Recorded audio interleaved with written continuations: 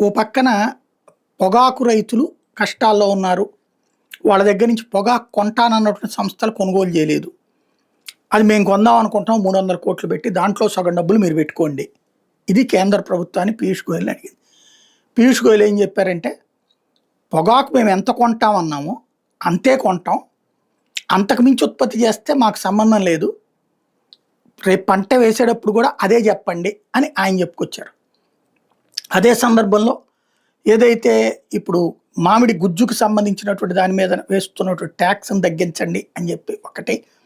అట్లాగే ఏదైతే పామోలివ్‌కి సంబంధించినటువంటి రైతులు పడుతున్నటువంటి సమస్యల గురించి మరొకటి. ఇట్లాంటి చంద్రబాబు గారు వాస్తవంగా రాష్ట్రంలో రైతుల సమస్యలు బోలెడైనయి ఇప్పుడు. దానికి సమస్య ఏమైపోయిందంటే, గతంలో గిట్టుబాటు ధరలయి బానే వచ్చినియి. మద్దతు ధర గాని, గిట్టుబాటు ధర గాని. ఇప్పుడు మద్దతు ధర కూడా అందట్లేదని రైతులు గగ్గోలు పెడుతున్న పరిస్థితి. అది బాబు గారి తప్పు కాదు, కేంద్ర ప్రభుత్వం తప్పు కాదు. అంతర్జాతీయ పరిణామాల వలన వచ్చినటువంటి సమస్య. కానీ సహజంగా ఎవరు ప్రభుత్వంలో ఉంటే వాళ్ళనే ప్రశ్నిస్తుంటారు. దానికి చంద్రబాబు గారి స్ట్రాటజీ ఏంటంటే, కేంద్రం మీదకు తోసేయడం.